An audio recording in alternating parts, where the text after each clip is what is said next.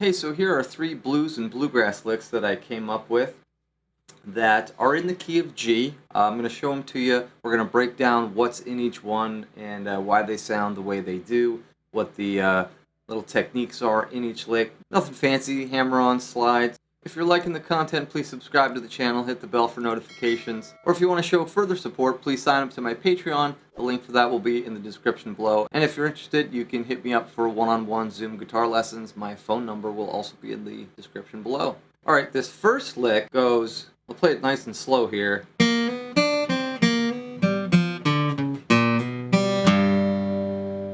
little quicker. A little quicker. Alright, let's talk about what's in that lick. We're in the key of G, right? Right? So we're kind of playing in our G major scale, G major pentatonic position, blues scale as well. Kind of mixing with all 3 of those, so there's a bit of chromatic activity happening. So the beginning part of the lick, we're hammering on from the flat 3, B flat, to the major 3rd, going up to the 5th. Kind of an old school jazz lick. 4, and then we do that same hammer on from the flat 3 to the major 3rd. Now in classical music that's called a Picardy 3rd. If you're in a minor key and you end on a major chord, you kind of do this little hammer on to kind of finalize the cadence or the phrase or the song. But we don't call it anything, we just say use both 3rds in jazz, blues, bluegrass, funk, because the use of both 3rds is very cool sounding. Alright, next up we've got the 1 down to the flat 7, so that's kind of saying maybe I'm in a Mixolydian vibe, not major as I said earlier. And the cool thing about this kind of long 2-measure lick is there's good licks inside of the big lick, right? You can just play, right? It's kind of a country thing there. You could play. So there's all sorts of little licks inside the big lick here that you can, stay on or play. Alright, 1, flat 7, kind of giving us that dominant sound. And then we have this 5, flat 5, there's our blues scale being utilized. And look at that, we have a slide from flat 3 to major 3rd again. See how much I like to use that.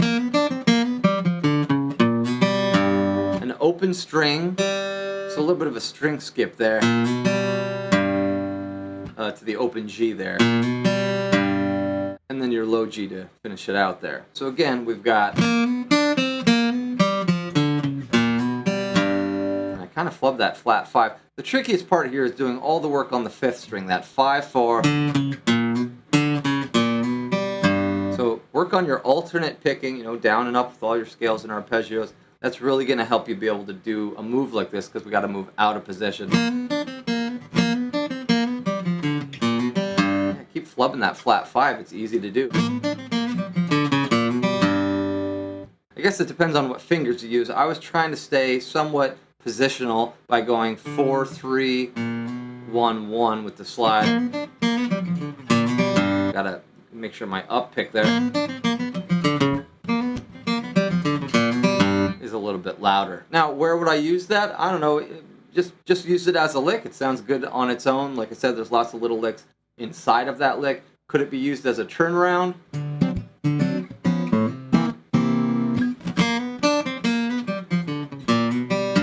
Absolutely, at the end of a phrase. This next lick is also used as a turnaround. Here, let's play this one. And it's kind of a reverse direction than the other lick. We're going to ascend in this case. You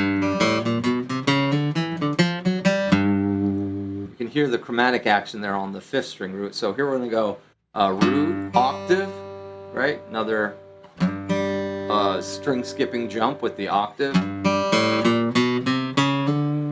And that right there is all chromatic from the 2, A, 2, flat 3 again, major 3rd, 4, then a slide from the sharp 4 or the flat 5 to the 5, then our 6, pivot back to the 5, jump to the flat 7, chromatic, major 7, octave, down, or a root, then down the octave again.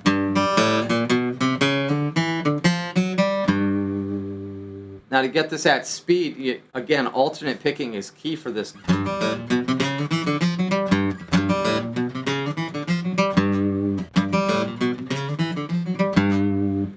Use that as a turnaround? Absolutely.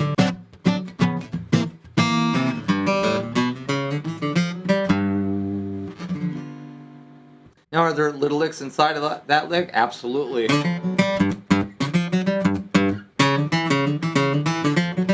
Yeah, there's all sorts of stuff in there.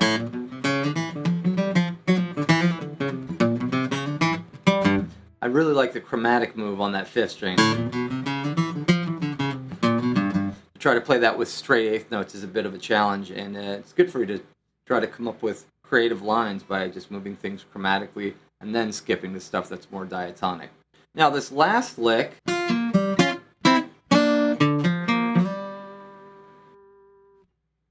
it's kind of a funky blues lick, right? Just maybe kind of a standalone lick. And it starts with the flat 7, goes to the flat 3, then to the 1. So really just outlining 3 of the notes from a minor 7 arpeggio. And then we've got some dyads happening that move together. We have the flat 5 moving to the 4, then to the flat 3 on the G string. On the B string we have the flat 7, the 6, and then the 5, creating these major thirds. And you could argue that you're moving down the half-whole diminished scale.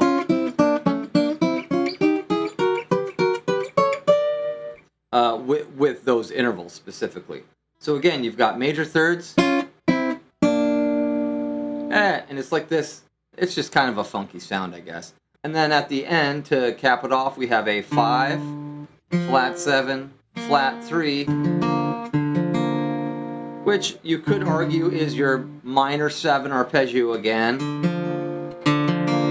without the root, going 5, flat 7, flat 3, and then resolving to the 1. The reason I like this lick is because I am doing some string skipping stuff.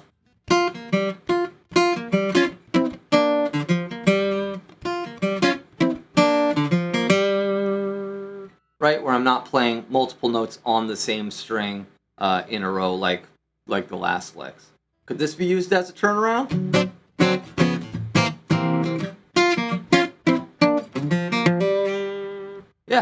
Yeah, I would almost opt to maybe play this more on an electric, kind of funky blues type of situation.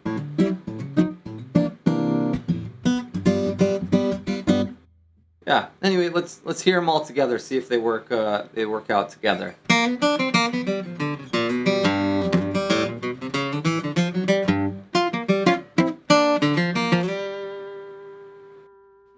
Yeah. Anyway, I hope that helps. Thank you so much for watching. Take care.